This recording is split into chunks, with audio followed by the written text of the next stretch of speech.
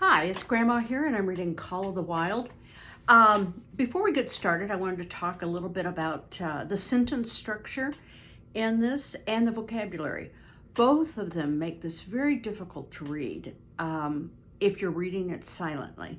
Now, I used to teach Shakespeare, and the only way to read Shakespeare is to read it out loud. To read it silently, you miss so much.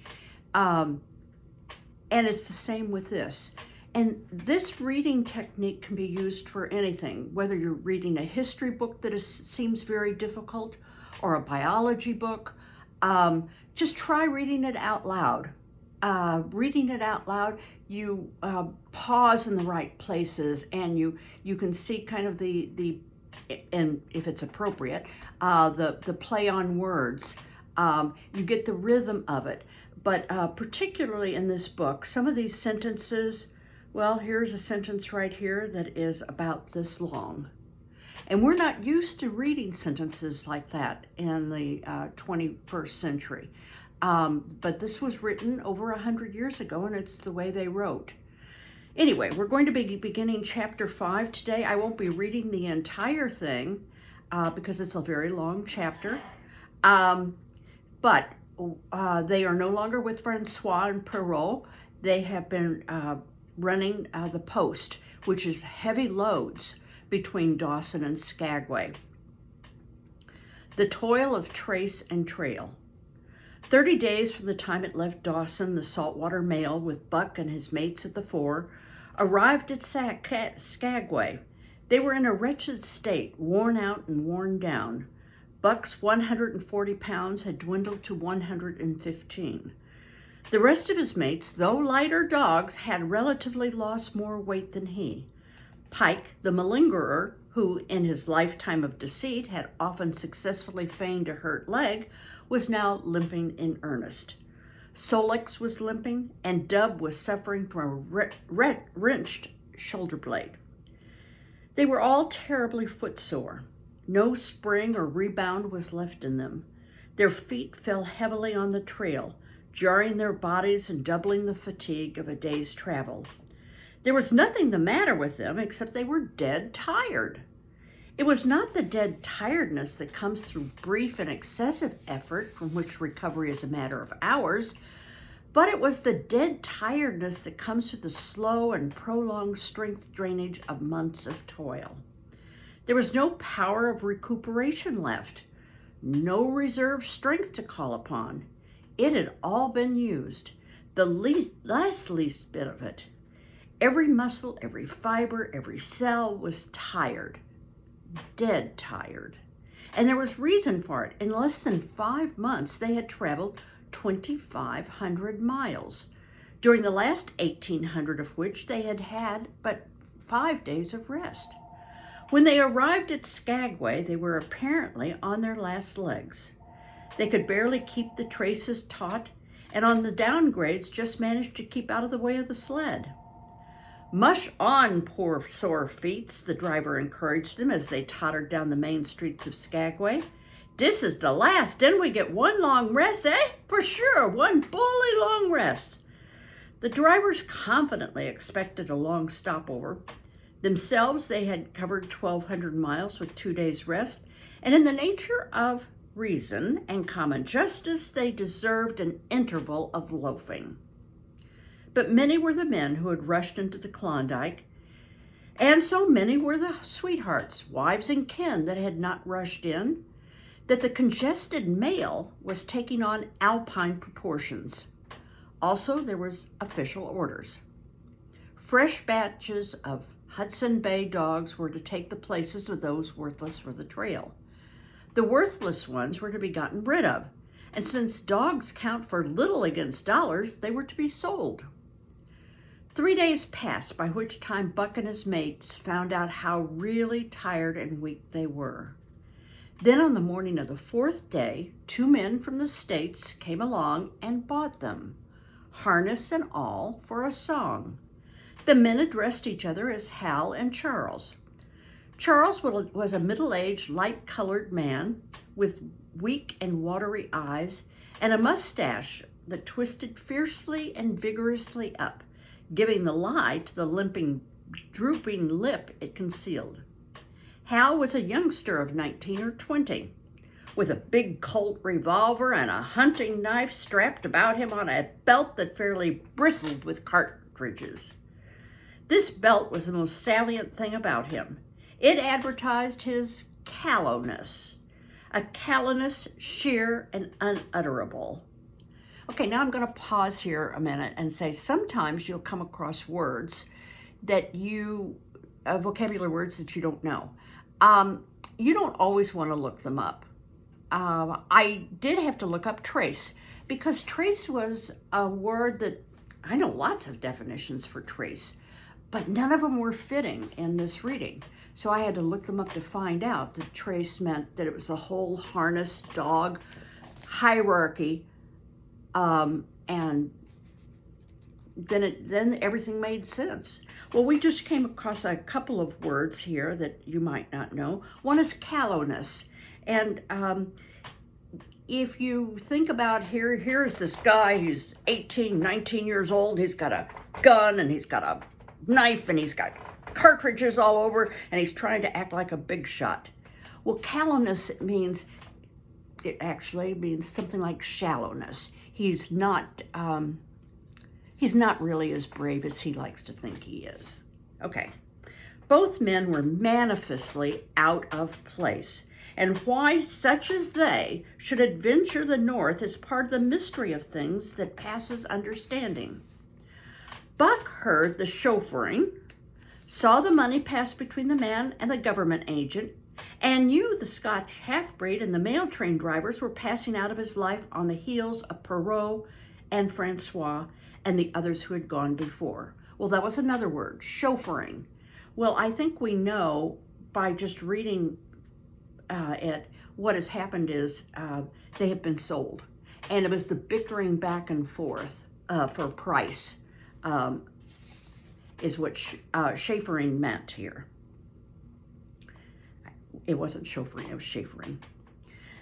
When driven with his mates to the new owner's camp, Buck saw a slipshod and slovenly affair. Tent half stretched, dishes unwashed, everything in disorder.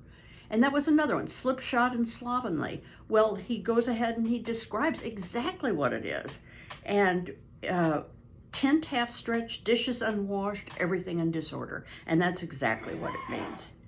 Also, he saw a woman, Mercedes, the men called her. She was Charles's wife and Hal's sister. A nice family party. Buck watched them apprehensively as they proceeded to take down the tent and load the sled. There was a great deal of effort about their manner, but no businesslike manner.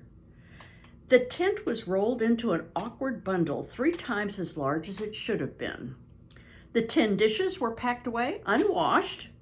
Mercedes continually fluttered away in the way of her men and kept up an unbroken chattering of remonstrance and advice. When they put a clothes sack on the front of the sled, she suggested it should go on the back. And when they had put it in the back and covered it over with a couple of other bundles, she discovered overlooked articles, which could abide nowhere else but in that very sack, and they unloaded it again. 3 men from a neighboring tent came out and looked on, grinning and winking at one another.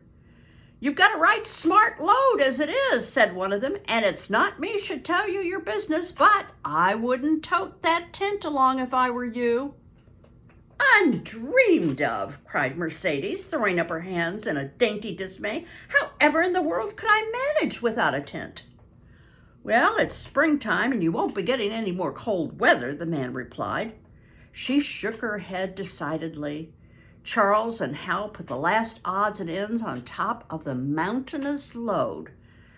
"Think it'll ride?" one of the men asked. "Well, why shouldn't it?" Charles demanded rather shortly. "Oh, that's all right," the man hastened meekly to say. "I was just a-wondering, that's all. It seemed a mite top-heavy." Charles turned his back, drew the lashings down as well as he could, which was not in the least well. "And of course the dogs can hike along all day with that contraption behind them," affirmed a second of the men. "Oh, well, certainly," said Hal, with freezing politeness. taking hold of the G-pole with one hand and swinging his whip from the other. "Mush," he shouted, "mush on there." And we have a picture here on the cover, and it is actually of this particular scene that we're getting ready to do. So this is the G-pole. We talked about it before, and it's a pole that somebody walks along beside it and helps with the steering. Okay, the dogs sprang against the breastbands, strained hard for a few moments, then relaxed. They were unable to move the sled. "Oh, the lazy brutes, I'll show them," he cried, preparing to lash them with a whip. But Mercedes interfered, crying, "Oh, Hal, you mustn't," as she caught hold of the whip and wrenched it from him. "The poor dears. Now you must promise you won't be harsh with them for the rest of the trip, or I won't go a step." "Precious lot you know about dogs," her brother sneered, "and I wish you'd leave me alone. They're lazy, I tell you. You've got to whip them to get them anything out of them. That's their way. You ask anyone. Ask one of these men." Mercedes looked at them imploringly, untold repugnance at sight of pain written in her pretty face. Hold on. "They're weak as water, if you want to know," came the reply from one of the men. "Plumb tuckered out. That's what's the matter. They need a rest." "Rest be blanked," said Hal with his beardless lips, and Mercedes said, "Oh," in a pain and sorrow at the oath. But she was a clannish creature and rushed at once to the defense of her brother. "Never mind that man," she said pointedly. "You're driving our dogs, and you do what you think is best with them." Again, Hal's whip fell upon the dogs. They threw themselves against the breastplates, dug their feet into the packed snow, got down low to it, and put forth all their strength. The sled held as though it were an anchor. After 2 efforts, they stood still, panting. The whip was whistling savagely when once more Mercedes interfered. She dropped on her knees before Buck with tears in her eyes and put her arms around his neck. "Oh, you poor, poor dears," she cried sympathetically. "Why don't you pull hard? Then you won't be whipped." Buck did not like her, but he was feeling too miserable to resist her, taking it as part of the day's miserable work. One of the onlookers, who had been clenching his teeth to suppress hot speech, now spoke up. "It's not that I care a whoop what becomes of you, but for the dog's sakes, I want to tell you. You can help them a mighty lot by breaking out that sled. The runners are froze fast. Throw your weight against that G-pole right and left, break it out." A third time the attempt was made, but this time, following the advice, Hal broke out the runners which had been frozen to the snow. The overloaded and unwieldy sled forged ahead, Buck and his mates struggling frantically under the rain of blows. 100 yards ahead, the path turned and sloped steeply into the main street. It would have required an experienced man to keep that top-heavy sled upright, and Hal was not such a man. As they swung on the turn, the sled went over, spilling half its load through its loose lashings. The dogs never stopped. The lightened sled bounded on its side behind them. They were angry because of the ill treatment they had received and the unjust load. Buck was raging. He broke into a run, the team following his lead. Hal cried, "Whoa, whoa!" but they gave no heed. He tripped and was pulled off his feet. The capsized sled ground over him, and the dogs dashed up on the street, adding to the gaiety of Skagway as they scattered the remainder of the outfit along its chief thoroughfare. Kind-hearted citizens caught the dogs and gathered up the scattered belongings. Also, they gave advice. Half the load and twice the dogs, if they ever expected to reach Dawson, was what was said. Hal, his sister and brother-in-law, listened unwillingly, pitched the tent, overhauled the outfit. Canned goods were turned out that made men laugh, for canned goods on the long trail is a thing to dream about. "Blankets for a hotel," quoth one of the men, who laughed and helped. "Half as many is too much. Get rid of them. Throw away that tent, all those dishes. Who's going to wash them anyway? Good Lord, do you think you're traveling on a Pullman? Which is a train car. And so it went, the inexorable elimination of the superfluous. Mercedes cried when her clothes bags were dumped on the ground and article after article was thrown out. She cried in general, and she cried in particular over each discarded thing. She clasped hands about knees, rocking back and forth, broken-heartedly. She averred she would not go an inch, not for a dozen Charleses. She appealed to everybody and to everything, finally wiping her eyes and proceeding to cast out even articles of apparel that were imperative necessaries. And in her zeal, when she finished with her own, she attacked the belongings of her men and went through them like a tornado. This accomplished, the outfit, though cut in half, was still a formidable bulk. Charles and Hal went out in the evening and bought 6 outside dogs. These, in addition to the 6 of the original team, Antique and Kuna, the Huskies obtained at the Rink Rapids on the record trip, brought the team up to 14. But the outside dogs, though practically broken in since their landing, did not amount to much. 3 were short-haired pointers, and 1 was a Newfoundland, and the other 2 were mongrels of indeterminate breed. They did not seem to know anything, these newcomers. Buck and his comrades looked upon them with disgust, and though he speedily taught them their places and what to do, he could not teach them what to do, or what not to do. He could not teach them what to do. They did not take kindly to trace and trail. With the exception of the 2 mongrels, they were bewildered and spirit-broken by the strange, savage environment in which they found themselves, and by the ill treatment they had received. The 2 mongrels were without spirit at all. Bones were the only thing breakable about them.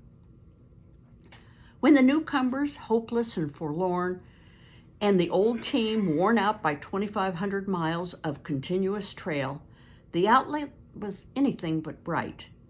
The 2 men, however, were quite cheerful, and they were proud, too. They were doing this thing in style with 14 dogs. They had seen other sleds depart over the pass for Dawson, or come in from Dawson, but never had seen a sled with as many as 14 dogs.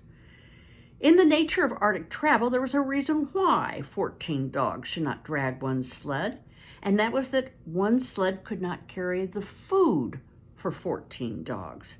But Charles and Hal did not know this. They had worked the trip out with pencils, so much to a dog, so many dogs, so many days, QED. Mercedes looked over their shoulders and nodded comprehensively. It was all so very simple. Late next morning, Buck led the long team up the street. There was nothing lively about it, no snap or go in him and his fellows. They were starting dead weary. 4 times he'd covered the distance between Saltwater and Dawson, and the knowledge that jaded and tired he was facing the same trail once more made him bitter. His heart was not in the work, nor was the heart of any dog. The outsides were timid and frightened, the insides without confidence in their masters. Buck felt vaguely there was no depending upon these 2 men and women. They did not know how to do anything, and as the days went by, it became apparent that they could not learn. They were slack in all things, without order or discipline. It took them half the night to pitch a slovenly camp, and half the morning to break that camp and get the sled loaded in fashion so slovenly that for the rest of the day they were occupied in stopping and rearranging the load. So you get the idea that slovenly is perhaps sloppy or messy. That's what it means. Some days they did not make 10 miles. On other days they were unable to get started at all. And on no day did they succeed in making more than half the distance used by men as basis of their dog food consumption.